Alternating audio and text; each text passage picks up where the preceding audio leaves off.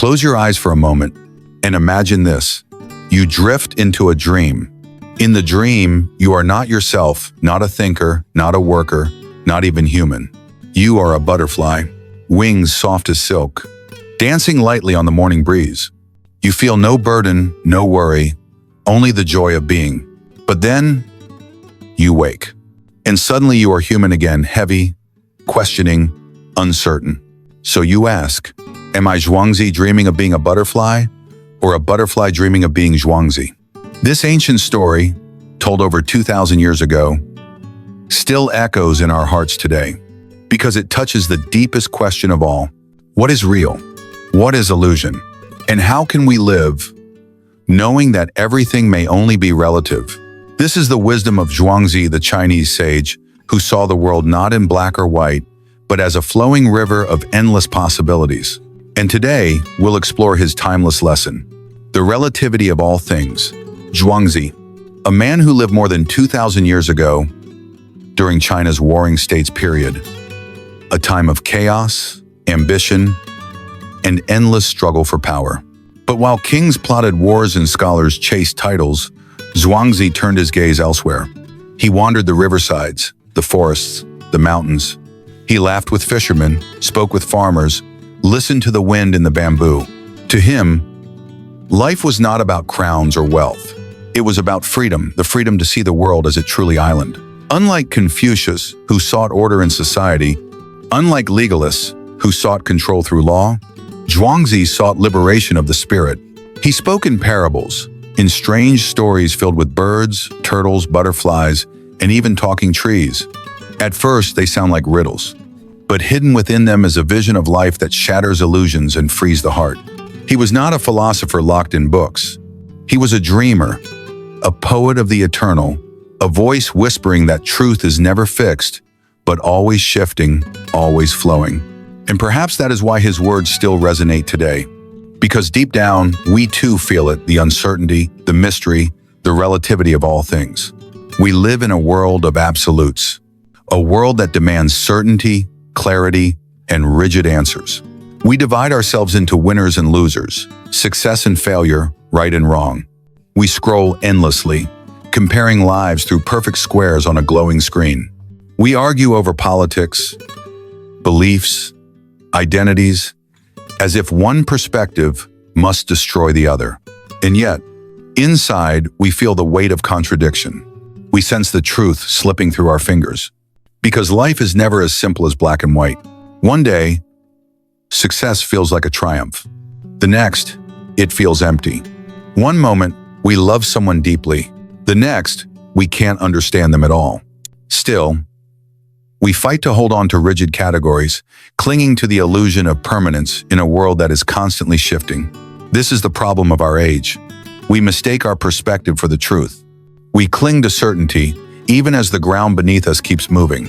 And in that struggle, we lose the very freedom, the lightness, the playfulness of being alive. Lesson 1. The Butterfly Dream. Zhuangzi once told a story. A dream. A vision so simple, and yet so profound, it still echoes through the centuries. He dreamt he was a butterfly, wings soft and fragile, floating gently on the breeze. The world around him was light, effortless, and free. He had no worries, no identity, no name. He was simply alive. But then, he awoke and found himself once again Zhuangzi, the philosopher, the thinker, the man. And here came the question, a question that shakes the very foundation of how we see reality. Was I Zhuangzi who dreamt I was a butterfly? Or am I now a butterfly dreaming that I am Zhuangzi? This is not just a riddle, it is a mirror. It asks us, how real are the labels we cling to? How certain are we that the roles we play, the worker, the parent, the achiever, the dreamer, are anything more than passing illusions? The butterfly dream whispers, life is fluid. Identity is not fixed. We are more than the boxes society places around us. Perhaps the truth lies not in choosing one or the other, but in embracing the mystery, the dance between dream and reality, between who we think we are and who we might yet become. Leçon 2. Perspective shapes reality. Zhuangzi once said, "What is great and what is small depends on where you stand. What is useful and what is useless depends on how you see." Imagine this: a mighty oak tree twisted, gnarled, its branches stretching unevenly across the sky. To a carpenter, it is useless. Too bent, too stubborn. It cannot be cut into straight planks for building. But to the traveler, resting in its shade on a scorching day, that same useless tree becomes a sanctuary, a gift, a silent companion. Perspective changes everything. How often do we, in our modern lives, dismiss things or even people simply because they don't fit into the mold of what we think is valuable? The quiet colleague who doesn't speak much in meetings might hold the one idea that changes everything. The friend who seems too different might be the one to open your eyes to a new world. Even our struggles, the failures, the mistakes, from one angle, they feel like crushing weights. But shift the lens, and you might see them as the very stepping stones that shape your strength, your resilience, your wisdom. Zhuangzi teaches us that reality is not fixed. It bends and reshapes itself with the eyes that behold it. And so, perhaps the challenge is not to fight the world as it is, but to learn to see with wider eyes, to let go of rigid judgments, to embrace the possibility that what feels like a burden today may reveal itself as a blessing tomorrow. Perspective is power. Change it, and you change your world. Lesson 3. Embracing relativity and freedom. Zhuangzi's vision was not of a world with fixed borders, but of a flowing, shifting landscape where nothing holds a single, permanent meaning. To him, freedom was not just the ability to move without chains. It was the ability to think without walls, to live without being imprisoned by rigid categories of right and wrong, success and failure, useful and useless. He reminds us of the butterfly once again. In that dream, was he bound by logic, by human expectations? Number. He was the butterfly, soaring freely, unburdened by labels. What would it mean for you? To live like that? To stop measuring your worth by someone else's ruler? To stop locking yourself in a cage of, "I must be this," or "I should not be that"?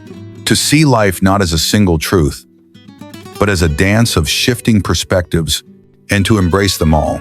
This is not chaos. This is freedom. When you release the need for everything to be absolute, you begin to taste the sweetness of life in its many forms. The joy of being strong and vulnerable, the wisdom of being certain and questioning, the beauty of being both human and at times butterfly. Zhuangzi whispers to us across centuries, you are not trapped by the roles the world gives you. You are not defined by one story, one failure, one success. You are vast. You are fluid. You are free. And so, from the quiet banks of the ancient rivers, from the flutter of a butterfly's wings, Zhuangzi leaves us with a gift. Not a rigid rulebook, not a strict commandment, but an invitation to see the world as fluid, to see truth as relative, to see freedom not as rebellion, but as the gentle release of the cages we build around ourselves. Imagine this. You walk outside and the sky is vast. The wind brushes against your face. You feel small and yet infinite, because in that moment, you are no longer trapped in one single story of who you must be. You are part of the dance, part of the dream, part of the great unfolding mystery of life itself. Zhuangzi's message is simple yet profound. Don't cling. Don't bind yourself with absolutes.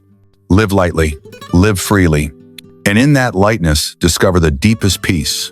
So when the storms of life rise, when the world demands certainty, remember the butterfly, remember the dream, and remember that freedom lies not in control, but in release. Because perhaps, just perhaps, the greatest wisdom of all is to laugh gently at the seriousness of life and simply, beautifully, be.